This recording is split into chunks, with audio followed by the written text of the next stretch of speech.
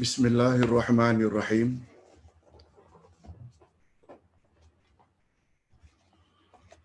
Alhamdulillah nahmaduhu wa nasta'inuhu wa nastaghfiruh.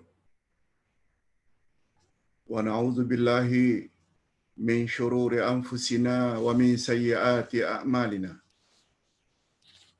May yahdihillahu fala mudilla lahu wa may yudlil fala hadiya lahu.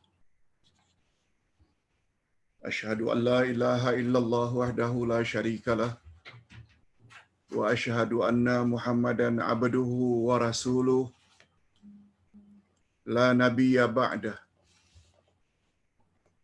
Allahumma salli wa sallim ala nabiyyina Muhammad wa ala alihi wa sahbihi ajma'in, amma ba'd.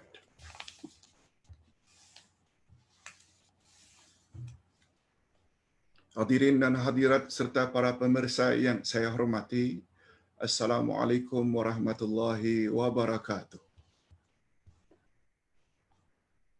Alhamdulillah, kita bersyukur kehadirat Allah Azza wa Jalla yang terus saja memberi kita kesempatan dan masa untuk menambah ilmu pengetahuan yang bermanfaat,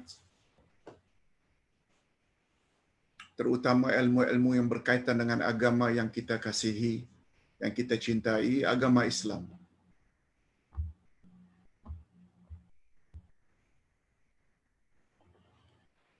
Cuma belajar agama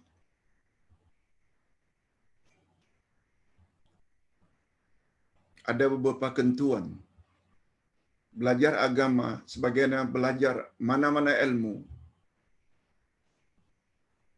dia mesti ada manhaj, dia mesti ada metod, dia mesti ada sistem, dia mesti ada kurikulum, dia mesti ada silabus. Kita hendaklah mengajar ikut panduan ajaran Nabi Muhammad sallallahu alaihi wasallam. Ilmu sangat penting untuk kejayaan dunia dan akhirat. Tapi untuk kejayaan di akhirat, kita mesti sempurnakan matlamat dan tujuan kita dicipta oleh Allah. Sebagaimana kita sama-sama maklum, matlamat kita dicipta oleh Allah adalah untuk beribadat kepadanya.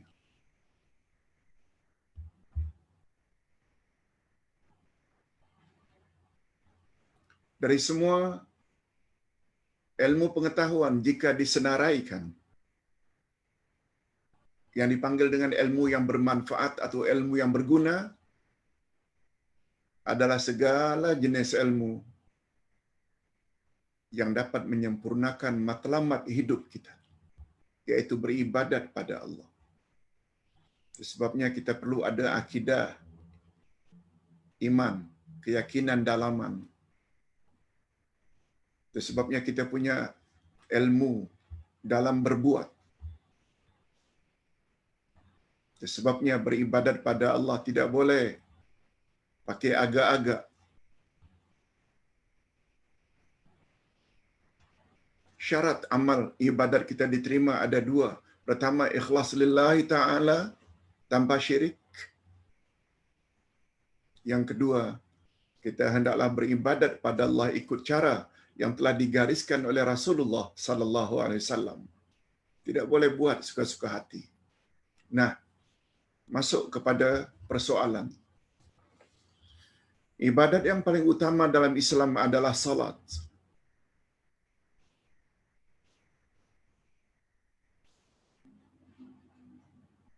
Salat ialah ibadat yang diawali dengan takbiratul ihram, diakhiri dengan salam.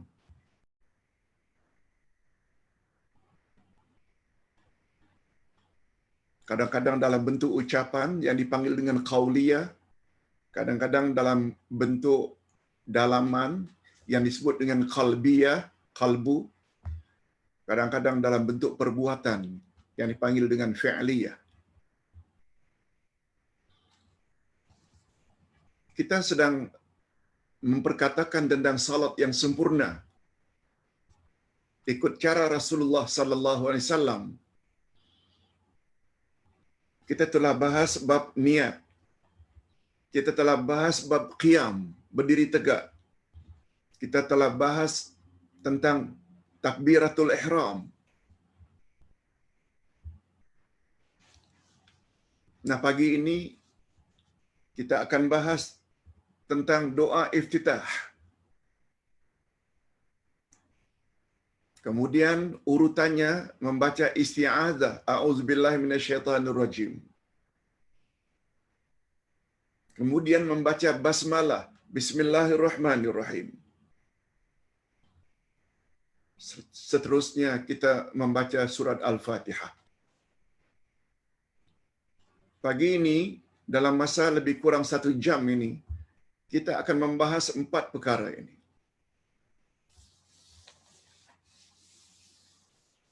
Ustaz usahakan untuk explain, disebabnya adanya buku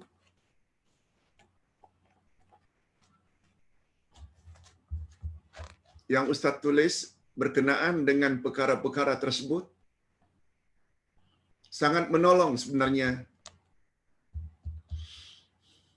bila dibaca terlebih dahulu sesuai dengan jadual yang Ustaz kirimkan.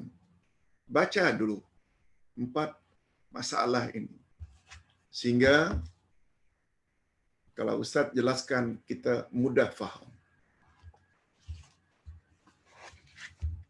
Itu sebabnya Ustaz minta dari tim supaya beritahu kepada semua follower. Kita tidak belajar apa pada hari esok. Dikirim sehari sebelumnya. Tujuannya tidak lain tidak bukan supaya follower baca dulu. Banyak masa.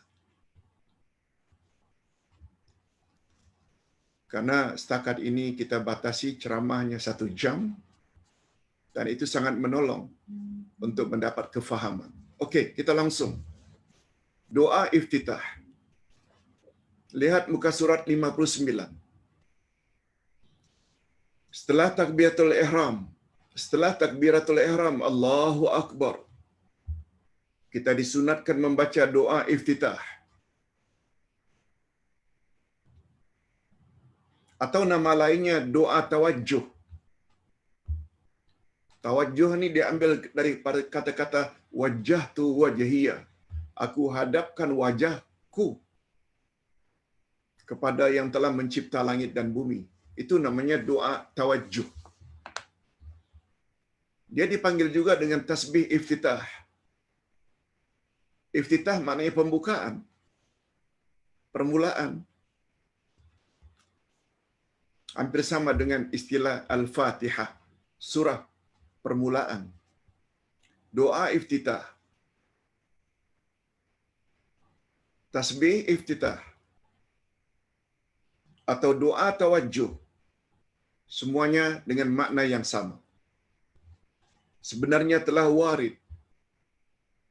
Warid maknanya datang daripada Rasulullah sallallahu alaihi wasallam. Beberapa macam doa iftitah selain doa tawajjuh yang biasa kita baca. Umat Islam Nusantara biasanya baca wajjahtu wajhiyya. Coba kita lihat kedudukan doa ini. Sebenarnya banyak lagi doa iftitah yang lain yang pernah diajar oleh Nabi sallallahu alaihi wasallam. Tapi karena kita kurang baca, kurang dengar, yang kita tahu hanya wajjahtu wajhiyya. Tak mengapa. Sekarang kita sudah mengorak langkah untuk tahu lebih jauh lagi apa yang diajar oleh Nabi sallallahu alaihi wasallam, yang jika kita ikut semuanya boleh. Nah, di sinilah kelebihannya.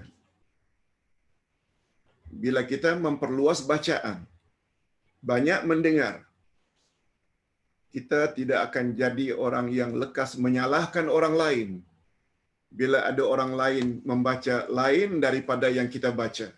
Karena apa? Karena yang kita tahu hanya satu itu saja. Itu sebenarnya Ustaz berkesimpulan, makin banyak tahu kita sunnah-sunnah Nabi yang berbagai-bagai, membuat kita mampu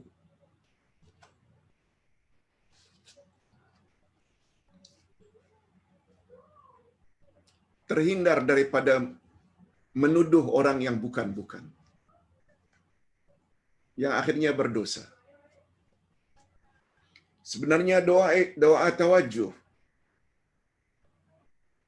sebenarnya doa tawajuh yang sempurna dan lengkap sebagaimana yang datang daripada Rasulullah sallallahu alaihi wasallam ialah sebagaimana berikut.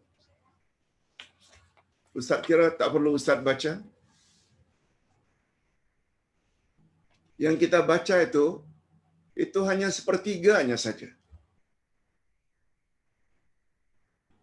Yang datang dari Rasul sebenarnya doa tawajuh 3 kali ganda dari apa yang kita biasa baca.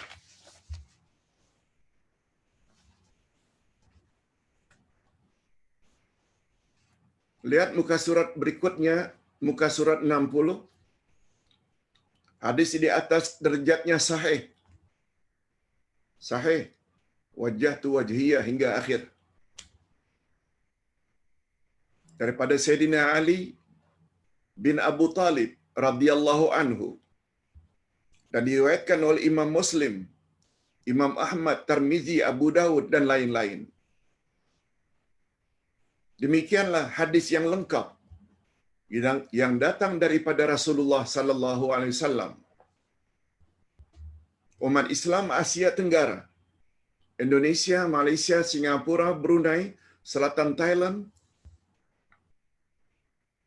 banyak mengamalkannya sebagai doa iftitah. Hanya saja yang perlu dipersoalkan, mengapa kebanyakan mereka hanya membaca sepertiga daripada bacaan yang sebenarnya sebagaimana di atas. Namun demikian, untuk makluman, namun demikian, bentuk doa iftitah yang dipilih oleh mazhab Syafi'i, ini pandangan mazhab Syafi'i, itu yang kita ikut. Sebagaimana kita selalu baca, wajjahtu wajhiyya lilladzi fatara as-samawati wal arda hanifan muslima wa ma ana minal musyrikin. Inna salati wa nusuki wa mahyaya wa mamati lillahi rabbil alamin. La syarika lahu wa bidzalika umirtu wa ana minal muslimin. Yes. Itu pandangan Imam Asy-Syafi'i. Tapi bila kita ingin kembali kepada ajaran baginda yang asal, tambah 2/3 lagi panjangnya. Okey, Ustaz tidak coba mempertikaikan, cuma ingin menjelaskan. Dan dikatakan bahawa wa ana minal muslimin, yang kita akhiri doa iftitah kita, sedangkan Nabi Muhammad sallallahu alaihi wasallam pula membaca wa ana awwalul muslimin, aku adalah orang pertama dari kalangan orang-orang Islam, di kalangan umat ini. Dari kalangan umat Nabi Muhammad sallallahu alaihi wasallam, Nabi Muhammad adalah manusia pertama yang menjadi orang Islam.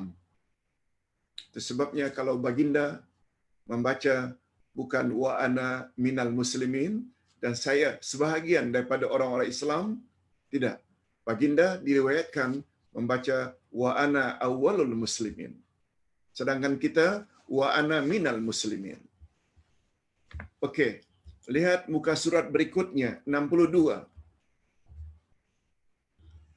Menurut Imam Asy-Syafi'i, doa tawajuh yaitu wajjahtu wajhiyya lilladzi fatara as-samawati wal ard yang disebut tadi disunatkan dibaca pada permulaan salat wajib dan salat sunat. Ini tambahan maklumat. Kalau kita selama ini hanya baca wajah tu wajahia ketika salat fardu, zuhur, asar, maghrib, isyak, subuh, rupanya menurut Imam Asy-Syafi'i, dia juga sunat dibaca bila kita melakukan salat sunat. Apakah ia sebagai imam atau dia sebagai makmum atau dia sebagai munfarid? Orang yang salat ada 3 keadaan. Munfarid maknanya salat seorang diri. Yang kedua namanya imam. Apabila salat berjamaah, dia yang menjadi leader. Dan yang kedua, makmum. Yang kedua-dua terakhir ini dalam salat berjamaah. Semuanya disunatkan membaca doa iftitah. Namun demikian, kata Imam Asy-Syafi'i,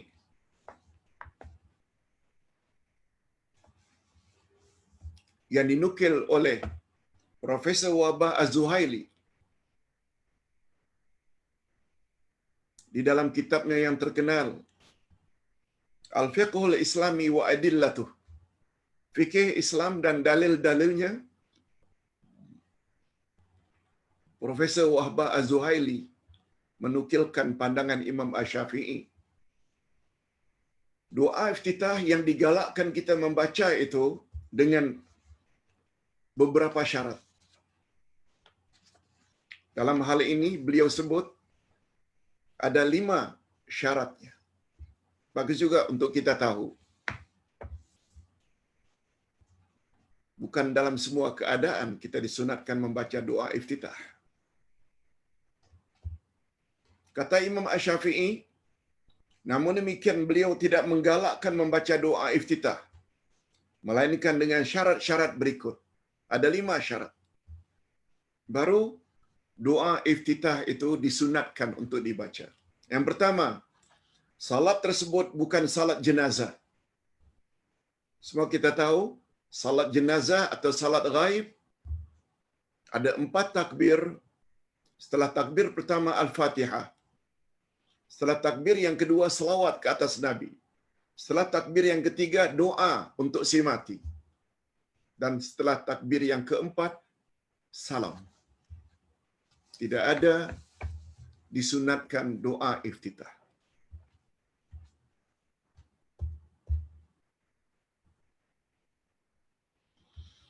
Yang kedua, doa tawajjuh tidak disunatkan jika bimbang kehabisan waktu, yaitu hampir masuk waktu salat berikutnya.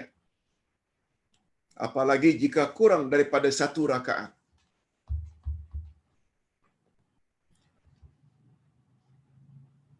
Kalau hari ini, sebagai contoh, asar jam 4.31. 4.31. Atas sebab-sebab tertentu, kita dapat salat zuhur 5 minit sebelum azan asar. Nah, ketika itu, karena bimbang masuk waktu berikutnya asar, salatlah tanpa membaca doa iftitah. Yes, itu maksudnya. Yang ketiga, jika makmum tidak bimbang luput membaca sebahagian Al-Fatihah, jika takut yang demikian, maka ia tidak disunatkan membaca doa tawajjuh. Jika makmum, ini makmum yang salat berjamaah,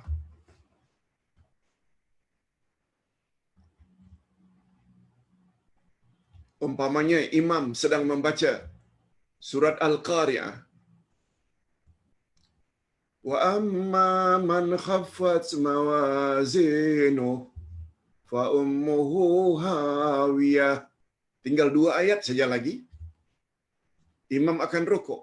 Kita masbuk Lalu kita masuk Allahu Akbar.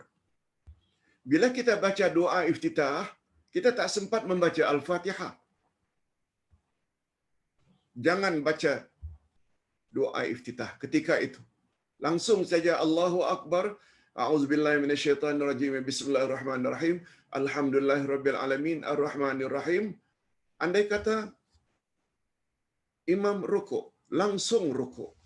Walaupun surat Al-Fatihah tidak habis dibaca. Jadilah.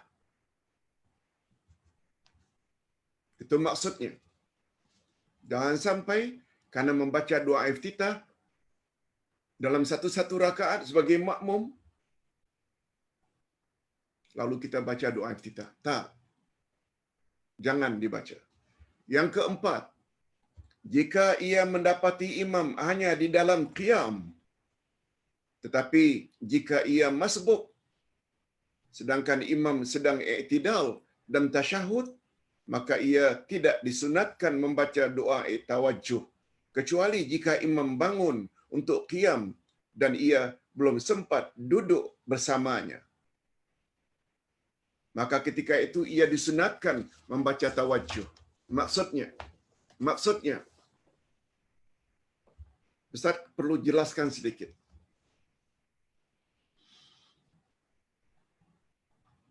Makmum jika masbuk maknanya datang terlambat, imam dan jemaah lain dah memulai salatnya.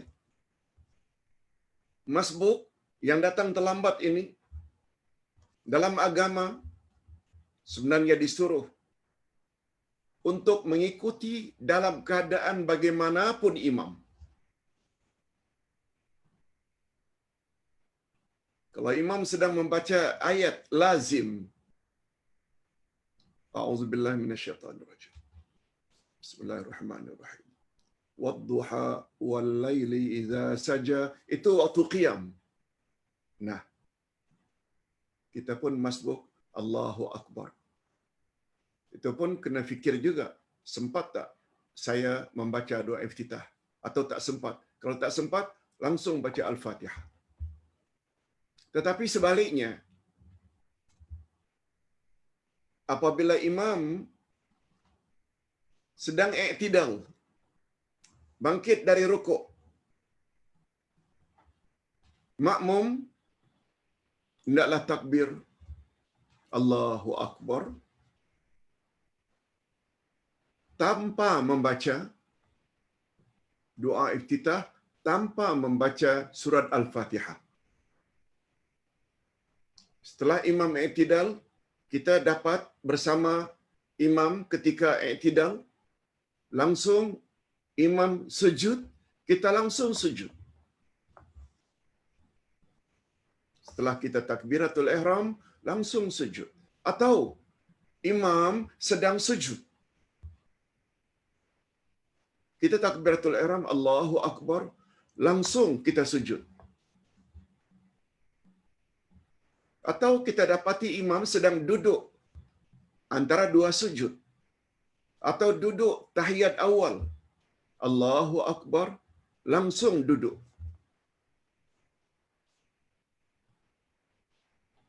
Kebersamaan itu tidak melibatkan apa-apa rakaat.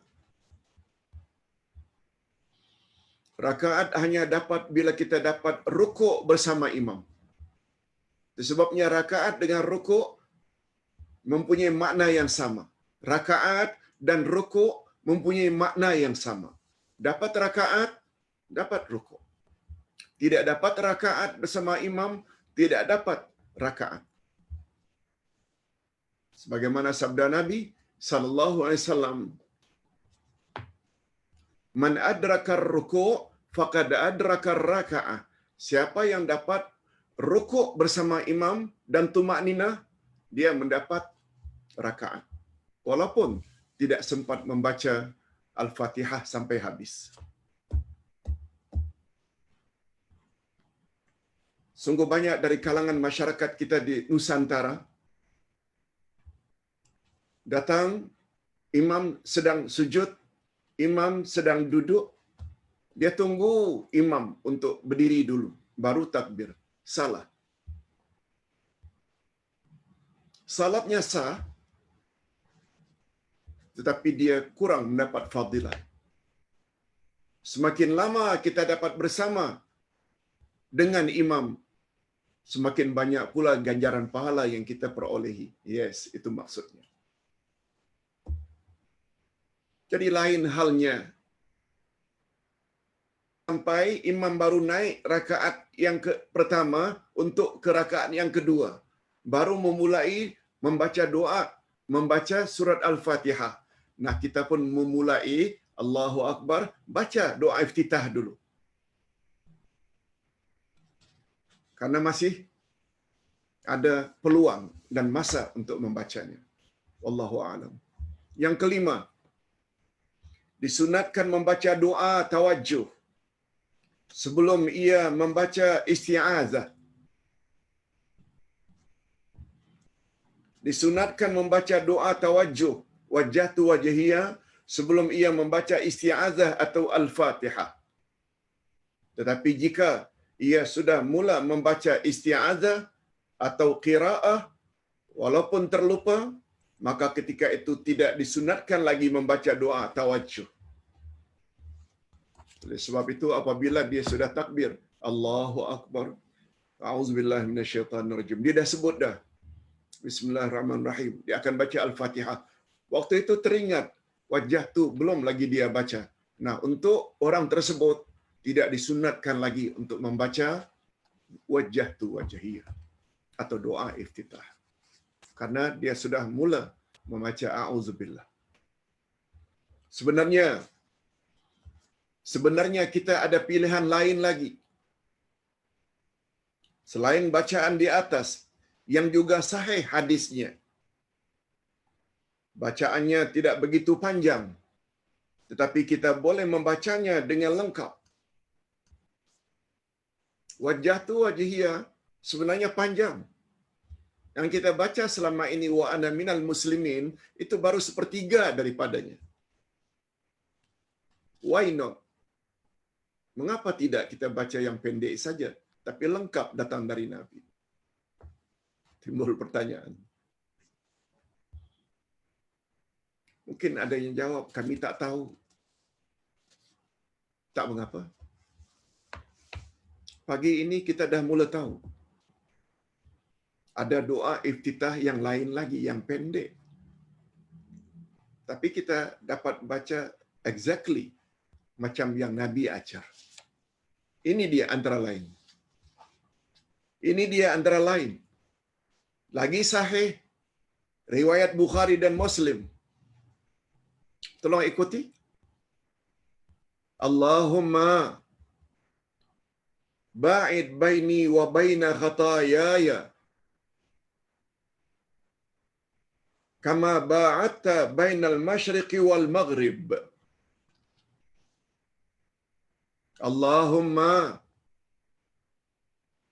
naqqini min khatayaya kama yunaqqa thawbul abyadu minad danas.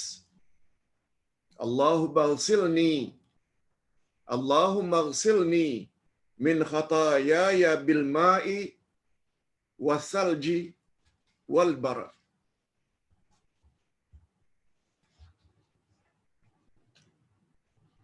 Terjemahannya, ya Allah, jauhkanlah jarak antara aku dengan kesalahan-kesalahanku sebagaimana Engkau jauhkan jarak antara timur dengan barat. Ya Allah, bersihkanlah kesalahanku sebagaimana Engkau bersihkan kain putih dari kotoran.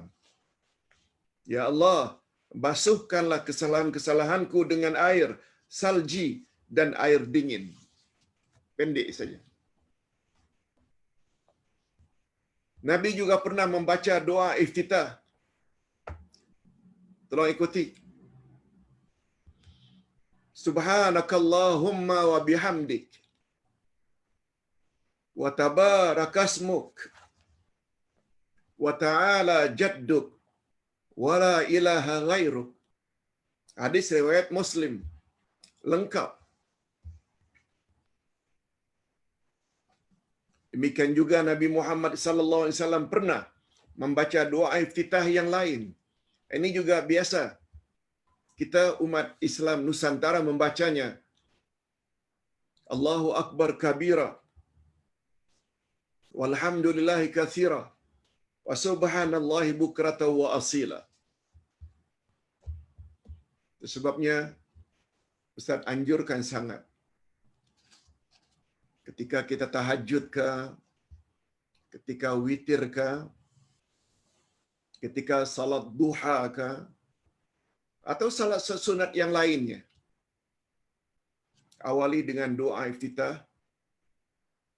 Kalau terasa terlalu panjang wajah tu, baca yang pendek tapi lengkap dan komplit. Allahu Akbar. Ini kelebihannya orang-orang yang suka belajar, suka mendengar. Dan pastikan apa yang kita pelajari itu ada dalilnya dan asasnya. Itu sebabnya Ustaz suka mengajar dengan buku. Kita tahu dalilnya. Sebab Ustaz pernah sebut, manusia yang follow ini, maknanya mengikut, ada dua jenis. Ada yang mengikut secara membuta tuli. Orang cakap dengar, orang cakap dengar, orang cakap ikut, orang cakap ikut. Ada pula orang yang follow tapi dia tahu ada dalilnya. Dalam bahasa Arab berbeza. Yang jenis pertama namanya taklid.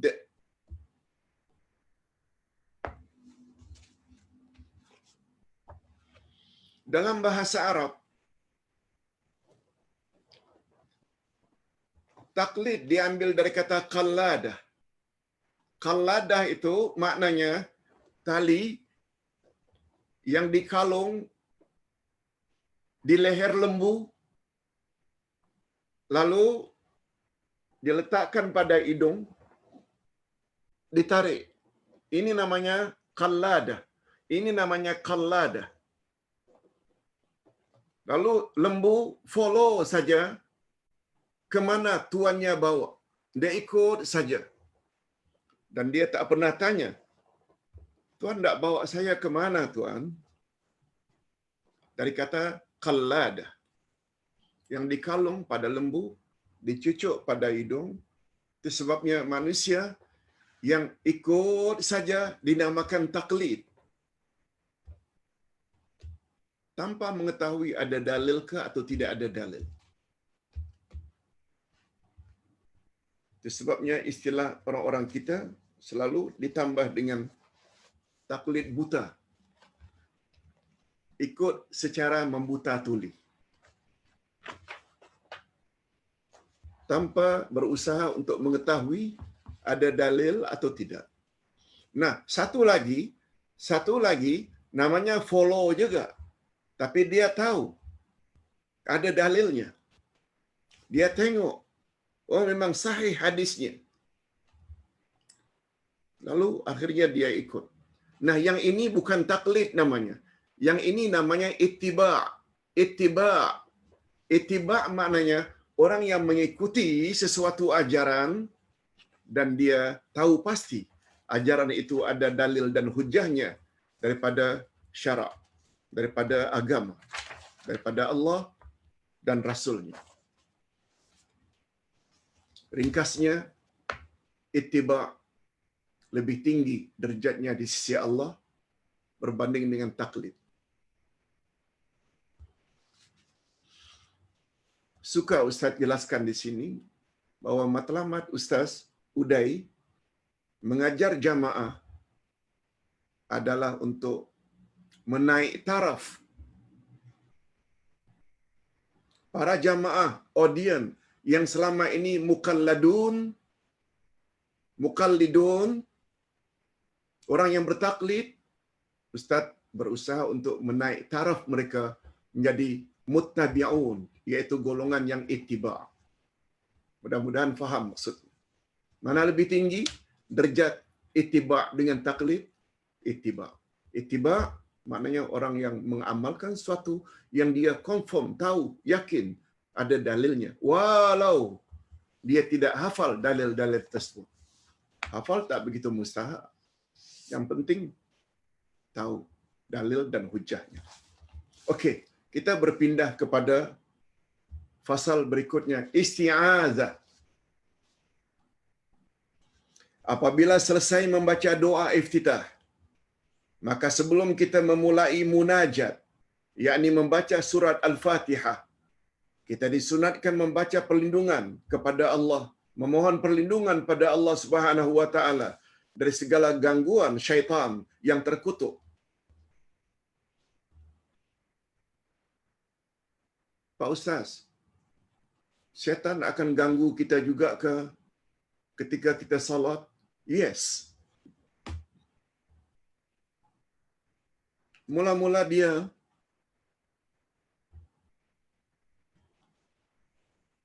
goda kita supaya jangan salat. Tapi kita lawan juga, ingin salat.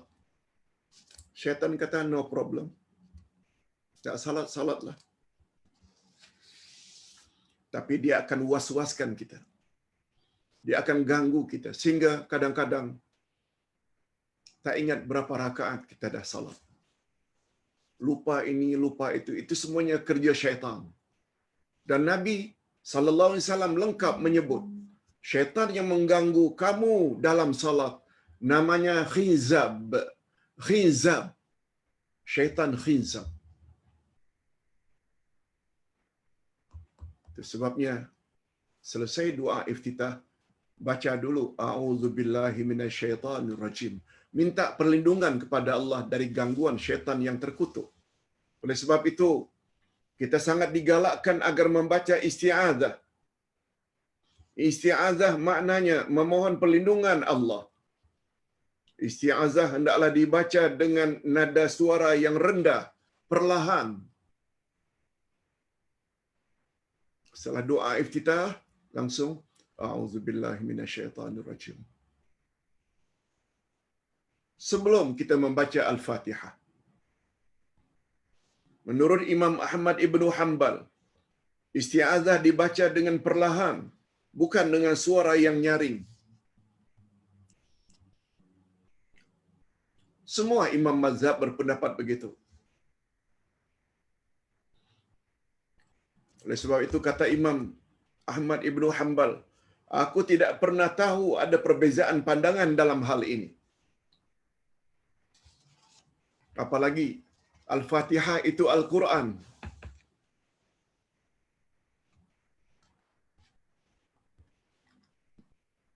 Dan Al-Fatihah adalah ayat Quran pertama yang kita baca dalam salat. Ini sesuai dengan firman Allah, a'udzubillahi minasyaitonirrajim, fa idza qara'tal Qur'an fasta'iz billahi minasyaitonirrajim. Bila kamu akan membaca Al-Quran, hendaklah awali bacaan itu dengan a'udzubillahi minasyaitonirrajim.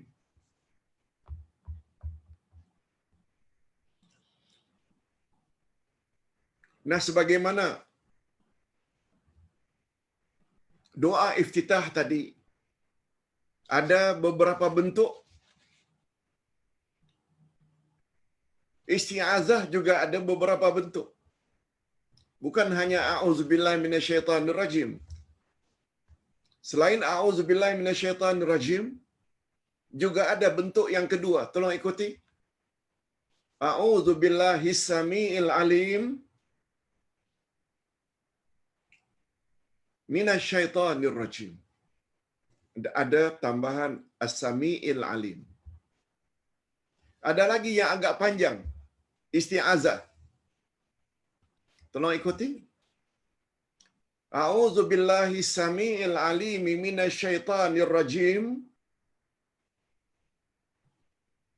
min hamzihi wa nafthihi wa nafsihi. Semua ini boleh kita baca salah satu daripadanya. Dan apabila kita pergilirkan, lagi bagus. Kalau salat zuhur, a'udzubillahi minasyaitonirrajim. Kalau salat maghrib nanti, a'udzubillahi samiil alim minasyaitonirrajim. Salat subuh, a'udzubillahi samiil alim minasyaitonirrajim. Min hamzihi wa nafthihi wa nafsihi. Lagi cantik. Sedikit tambahan.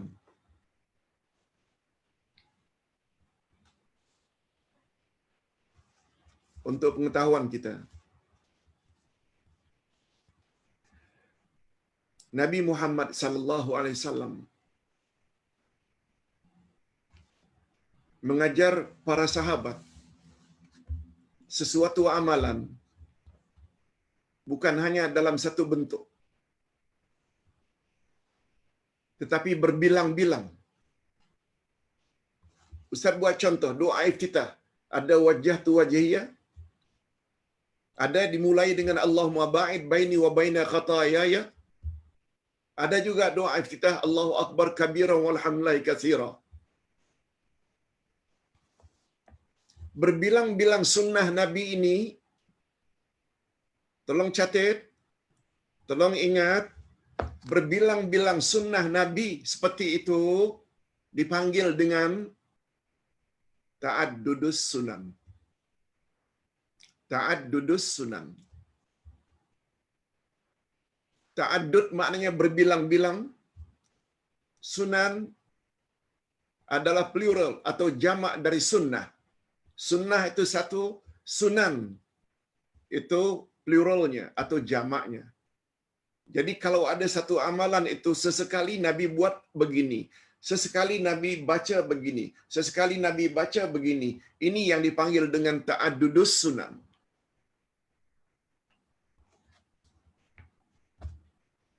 Itu sebabnya dalam istilah bahasa Arab ada istilah ta'adduduz zaujat, ta'addud az-zaujat, ta'adduduz zaujat. Maknanya poligami. Seorang lelaki mempunyai beberapa orang isteri. Ta'addud berbilang-bilang, zaujat isteri-isteri. Istilah bahasa Arab ta'adduduz zaujat. Berbilang-bilang sunnah dipanggil dengan ta'addudus sunan. Tolong ulang. Ta'addudus sunan. Ini yang Ustaz sebutkan tadi. Kita perlu tambah ilmu kita. Oh, ada berbagai-bagai cara rupanya Nabi baca doa iftitah. Oh, Nabi ada berbagai-bagai bacaan rupanya untuk isti'adzah. Dan faedahnya, selain memperluas ilmu, kita akan jadi orang yang tidak cepat menyalahkan orang lain karena orang itu berbeza dengan apa yang kita ketahui. Salah kita. Karena cetek ilmu. Orang yang luas ilmu, dia tidak cepat menyalahkan orang lain. Selain ada dalil, umpamanya, Allahu Akbar. Kita baca, wajah tu wajahiyah. Orang sebelah, Allahumma ba'id baini wa baina khataayaya. Orang sebelah, Allahu Akbar kabira walhamdulillah katsira. Bila kita ada ilmu, tak timbul kita menyalahkan orang. Karena berbeza dengan bacaan kita. Yes. Di situ pentingnya tambah ilmu dari semasa ke semasa.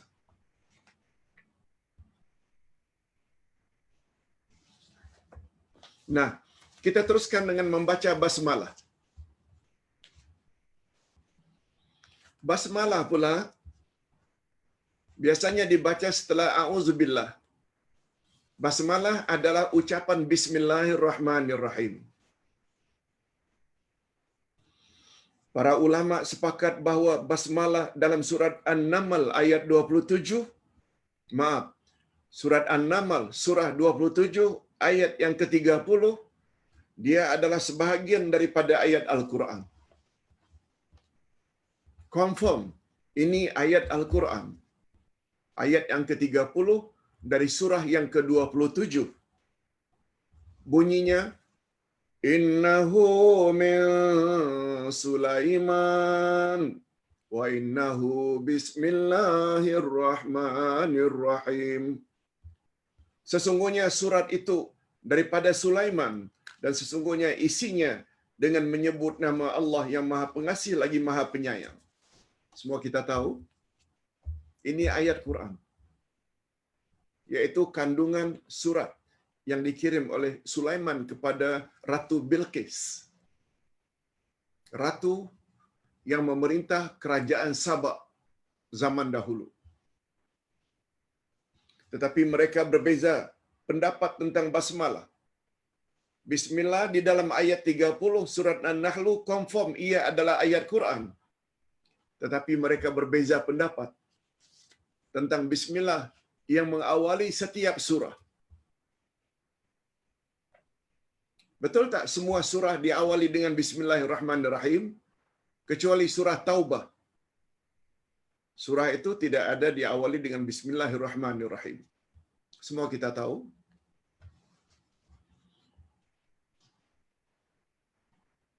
Terdapat perbezaan pendapat tentang basmalah pada awal surat Al-Fatihah.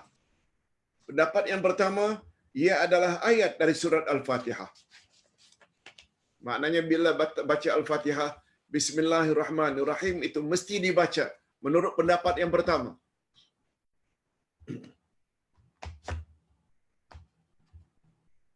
Dan inilah pandangan Imam Asy-Syafi'i.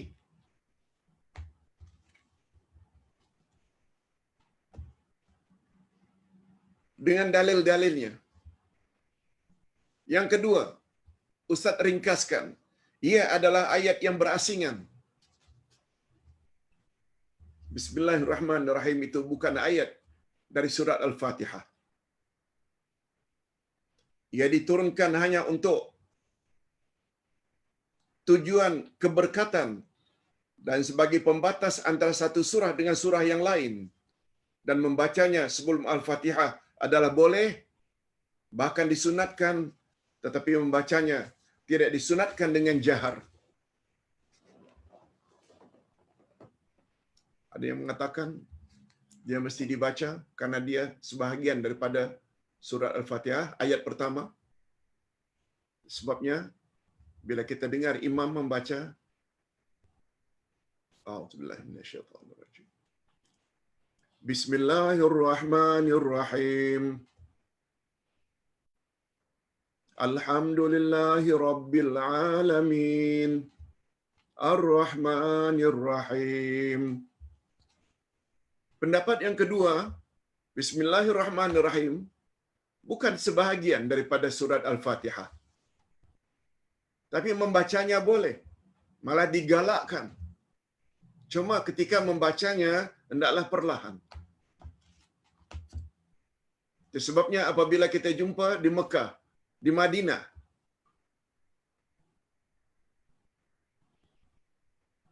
malah kalau di Malaysia, di Masjid India, Masjid Pakistan yang bermazhab Hanafi, Mekah dan Madinah yang bermazhab Hambali, Imam Ahmad Ibnu Hanbal, mereka cenderung pada pendapat yang kedua ini. Mereka baca juga tapi perlahan. Kita dengar imam membaca, setelah takbiratul ihram Allahu Akbar, terdiam sejenak karena beliau imam membaca doa iftitah. Kemudian beliau membaca a'udzubillahi minasyaitonirrajim. Kemudian beliau membaca bismillahirrahmanirrahim secara perlahan. Tiba-tiba kita sebagai makmum mendengar, Alhamdulillahi rabbil alamin. Ar-Rahmanir-Rahim. Bukan maknanya mereka tak baca. Jangan salah faham. Mereka baca. Cuma perlahan. Ini pendapat yang kedua. Nah, pendapat yang ketiga. Pendapat ini tidak kuat. Ia bukan ayat dari surat Al-Fatihah dan bukan pula daripada surah-surah yang lain. Oleh itu membacanya dihukumkan makruh, sama ada secara sir atau jahar, dalam salat wajib atau dalam salat sunat. Cuma pandangan ini tidak kuat. Pandangan ini tidak kuat. Imam Ibnul Qayyim menggabungkan antara pandangan pertama dengan pandangan yang kedua. Ini dilakukan oleh Imam Ibnul Qayyim, yaitu katanya adalah Rasulullah sallallahu alaihi wasallam kadang-kadang menjaharkan basmalah. Jahar maknanya menguatkan. Bismillahirrahmanirrahim. Alhamdulillahi rabbil alamin. Tetapi baginda membacanya dengan sir. Kadang-kadang beliau jahar, kadang-kadang beliau membaca dengan sir.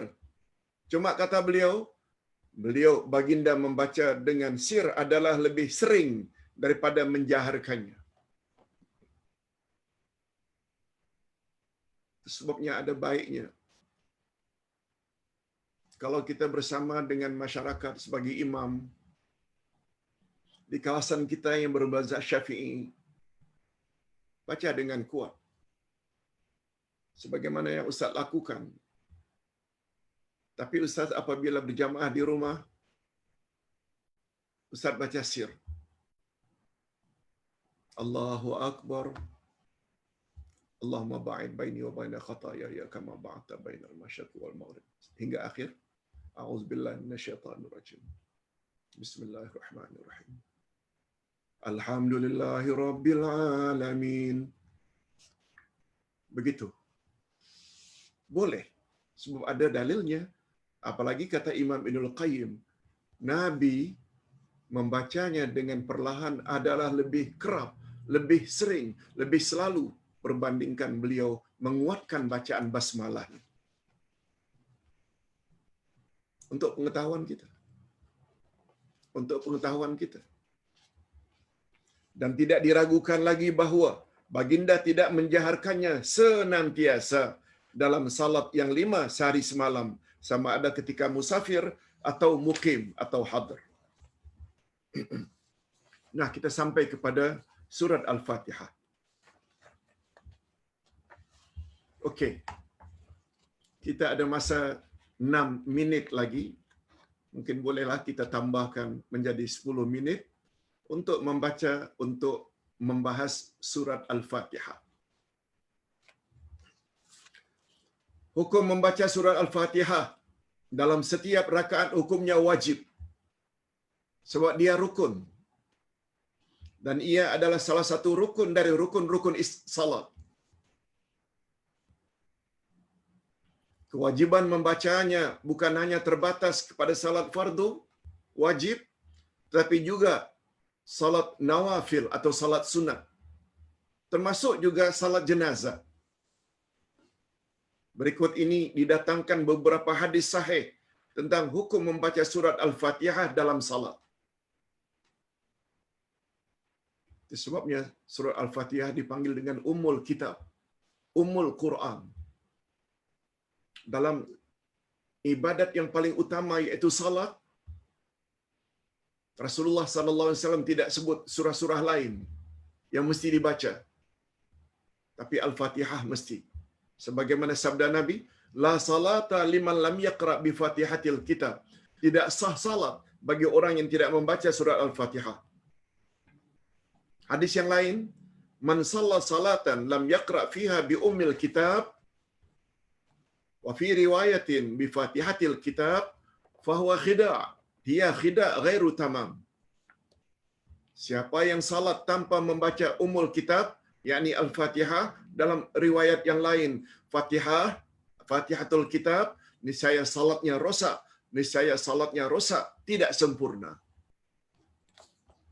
Cukuplah dalil ini menunjukkan Al-Fatihah wajib dibaca.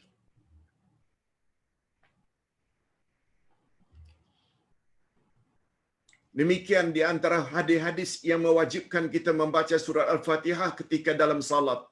Sendirian, munfarid, atau selaku imam dalam salat berjamaah, Tadi Ustaz dah sebutkan. Orang yang salat ini terbagi 3. Ada munfarid, kalau lelaki, salat sendirian. Atau munfaridah, kalau dia seorang wanita, salat sendirian. Munfaridah, lelaki-lelaki munfarid. Tapi bila terjadi salat berjamaah, dia ada 2 kategori. Imam, makmum, leader dan follower. Yang wajib membaca surat Al-Fatihah. Tidak ada perbezaan pendapat. Adalah munfarid dan imam. Tapi makmum, ada ketikanya yang mereka tak perlu membaca. Cuma sebelum sampai ke peringkat itu, kita baca dulu. Bila makmum sepatutnya membaca surat Al-Fatihah. Ini dia. Dalam hal ini terdapat 3 pandangan, iaitu pendapat yang pertama, makmum wajib membacanya sebagaimana imam wajib membacanya, berdasarkan keumuman hadis di atas. Hadis di atas disebut oleh Nabi secara umum. La salata, tidak sah salat bagi orang yang tidak membaca Al-Fatihah. Oleh sebab itu, apakah dia imam atau makmum atau munfarid, mesti baca Al-Fatihah. Ini pendapat yang pertama. Pendapat yang kedua, makmum tidak wajib membacanya sama sekali. Tak wajib. Sama ada salat jahar atau salat sir. Salat jahar umpamanya Maghrib 2 rakaat pertama, Isya 2 rakaat pertama, Subuh, Jumaat dan lain-lain.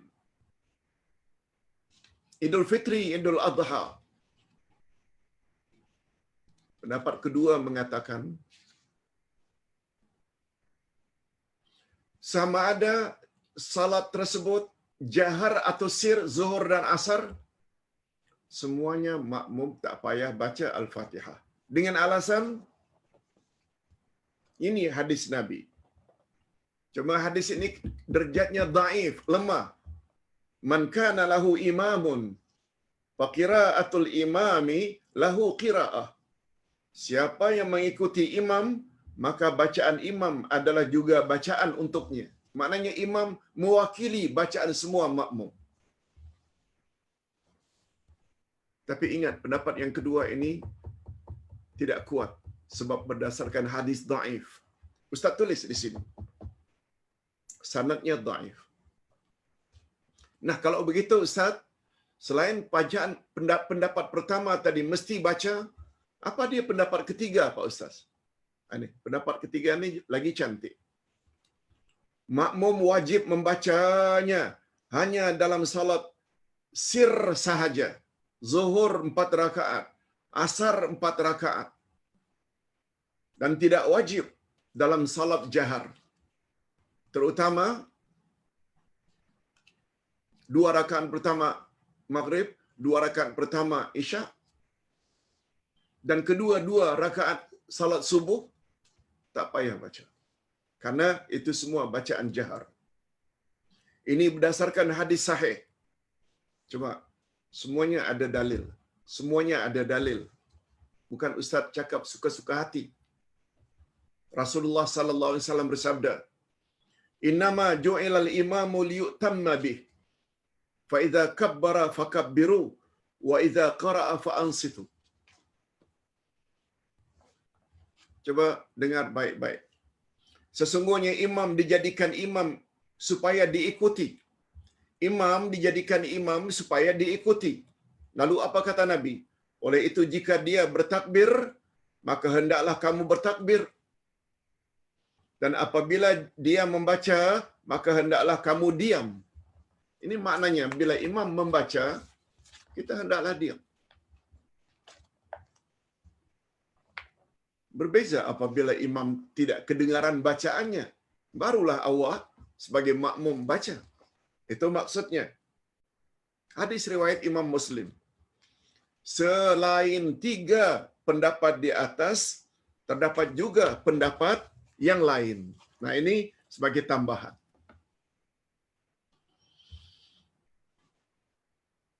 Apa dia, Pak Ustaz? Penjelasan ini juga bagus untuk kita tahu. Apa dia selain daripada 3 pendapat tadi? Pendapat pertama, mesti baca Al-Fatihah. Dalam semua rakaat, imam baca jahar ke atau sir. Yang kedua pula, ini yang Ustaz kata tidak kuat. Dalam semua keadaan, makmum tak payah baca. Sebab imam adalah mewakili makmum. Tapi itu dhaif, tidak kuat.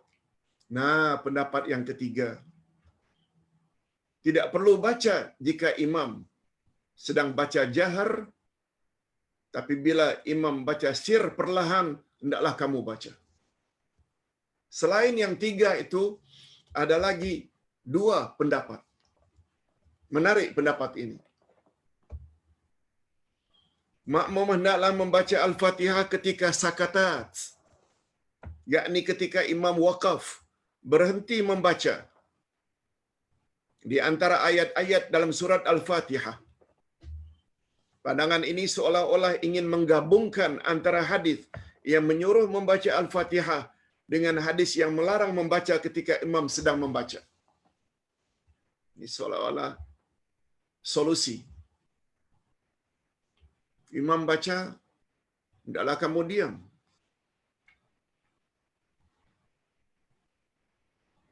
Bila imam diam, hendaklah kamu baca. Solusinya, bacalah wahai makmum ketika imam sakatat. Sakatat dari kata sukut. Sukut, silent. Sukut, diam. Macam mana Pak Ustaz? Ustaz buat contoh. Ustaz pernah sebut sebelum ini, bacaan Nabi ketika membaca surat Al-Fatihah adalah istirsal. Istirsal. Istirsal maknanya Nabi panjangkan pada penghujung setiap ayat. Wanita bila punya rambut panjang, ketika mandi dileraikannya, itu namanya istirsal. Bukan disanggul, bukan ditocang, bukan diikat, dibiarkan ke belakang, itu namanya istirsal. Nah, istirsal dalam ilmu tajwid, sebagai contoh,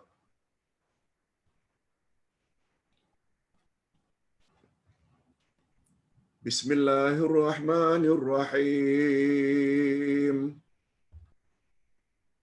Alhamdulillahi Rabbil Alamin. Ar-Rahmanir Rahim. Malik Yaumiddin. Nah, itu namanya bacaan istirsal. Imam sepatutnya baca macam itu.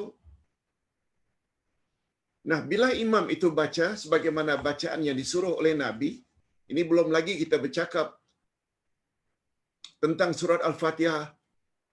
Dulu kita ada sebut, setiap ayat itu ada jawaban daripada Allah. Oleh sebab itu bacaan makmum yang sakatat, Bismillahirrahmanirrahim. Makmum baca, Bismillahirrahmanirrahim. Alhamdulillahi Rabbil Alamin. Alhamdulillah. Ar-Rahmanir-Rahim. Ar-Rahmanir-Rahim. Yes, itu namanya bacaan makmum ketika sakatat. Nah, satu lagi pendapat. Yang kelima. Kalau tadi pertama, kedua, ketiga, kita tambah lagi. Yang keempat, sakatat. Yang kelima, imam hendaklah berhenti sejenak setelah selesai membaca surat Al-Fatihah dengan tujuan untuk memberi peluang kepada makmum supaya boleh membaca surat Al-Fatihah.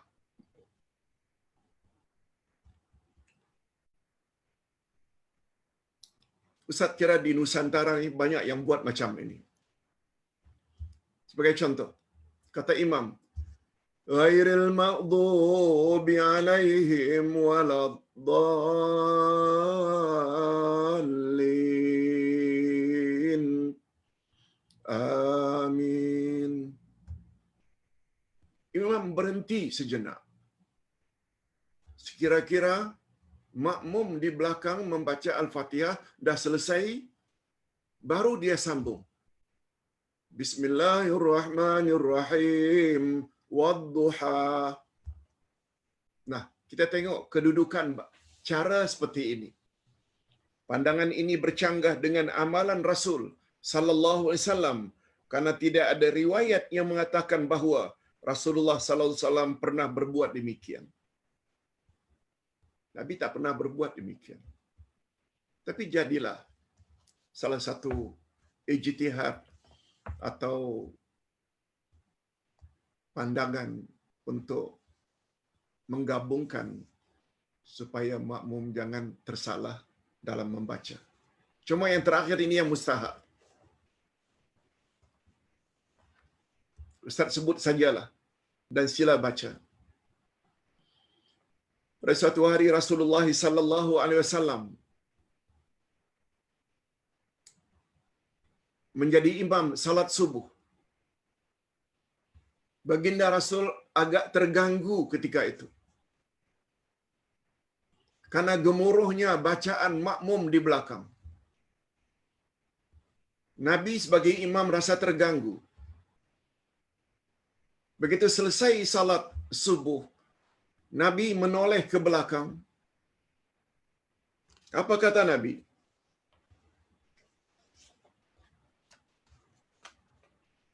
Ini dia. An Ubadah bin Samit radhiyallahu anhu qala, "Shalla Rasulullah sallallahu alaihi wasallam as-subha fathaqulat alaihi al-qira'ah. Falamma insarafa qala inni araakum taqra'una wara'a imamakum." Qala qulna ya Rasulullah. Ya Rasulullah, wallah. Qala la taf'alu illa bi ummil kitab fa innahu la salata liman lam yaqra fiha. Coba dengar baik-baik terjemahannya. Dari Ubadah bin Samit radhiyallahu anhu katanya, Rasulullah sallallahu alaihi wasallam pernah melakukan salat subuh. Salat subuh. Dan baginda merasa berat atau merasa terganggu ketika membaca setelah selesai. Ketika membaca. Setelah selesai salat, iaitu setelah memberi salam, baginda bertanya, "Aku kira kamu ada membaca di belakang imam kamu tadi. Betulkah?" Ubadah berkata, lalu kami menjawab, "Memang benar, wahai Rasulullah." Mereka mengaku mereka membaca ketika Nabi tadi membaca. Coba dengar apa jawaban Nabi. Apa reaksi Nabi? Apa respon Nabi setelah mereka mengaku bahawa mereka juga membaca? Kata baginda, "Lain kali jangan kamu lakukan lagi kecuali Ummul Quran, surat Al-Fatihah, sebab tiada salat bagi orang yang tidak membacanya." Hadis riwayat Abu Dawud, Tirmizi, Ahmad dan Ibnu Hibban. Kata Nabi, bila aku baca, kamu jangan baca. Kecuali jika kamu ingin baca surah Al-Fatihah, yes, yang itu boleh. Nabi kecualikan.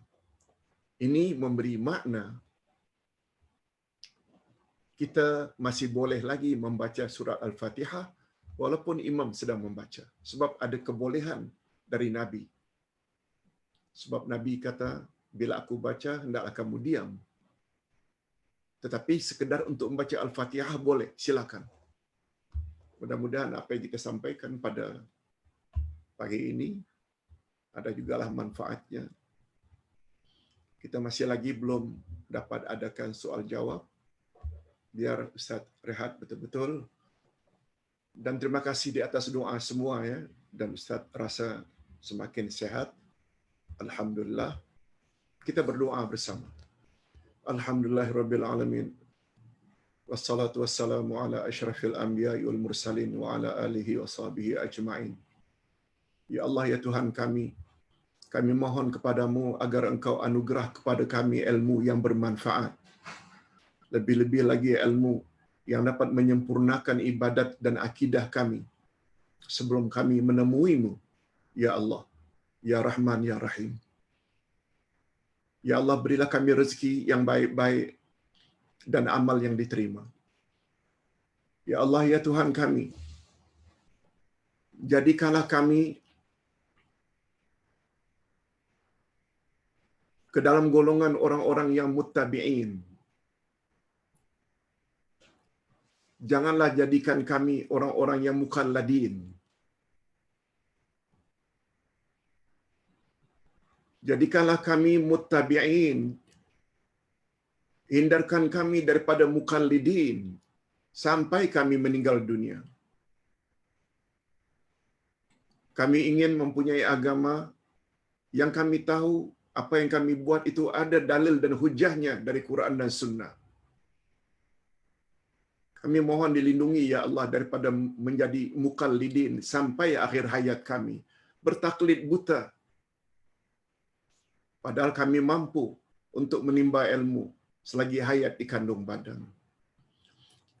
Allahumma khtim lana bihusnil khatimah. Wa la takhtim alaina bisu'il khatimah. Ya Allah, akhirilah hidup kami dalam keadaan yang baik, dalam iman, amal saleh, akhlak mulia, dan janganlah Engkau akhiri hidup kami dalam keadaan yang tidak baik. Ya Allah, ya Tuhan kami bertawasul kepadamu melalui nama-namamu yang mulia dan sifat-sifatmu yang maha tinggi. Dan kami juga bertawasul kepadamu melalui amal-amal saleh yang telah kami lakukan, seperti bacaan kami ayat Quran, kehadiran kami dalam majelis ilmu seperti ini. Kiranya Engkau angkatkanlah COVID-19 ini dari bumi kami, Malaysia, Indonesia, dan negara-negara Islam lainnya, khasnya daripada bumi Makkah dan Madinah, birahmatika ya arhamar rahimin. Wassallallahu ala nabiyyina Muhammad wa ala alihi wa sahbihi ajma'in. Walhamdulillahirabbil alamin.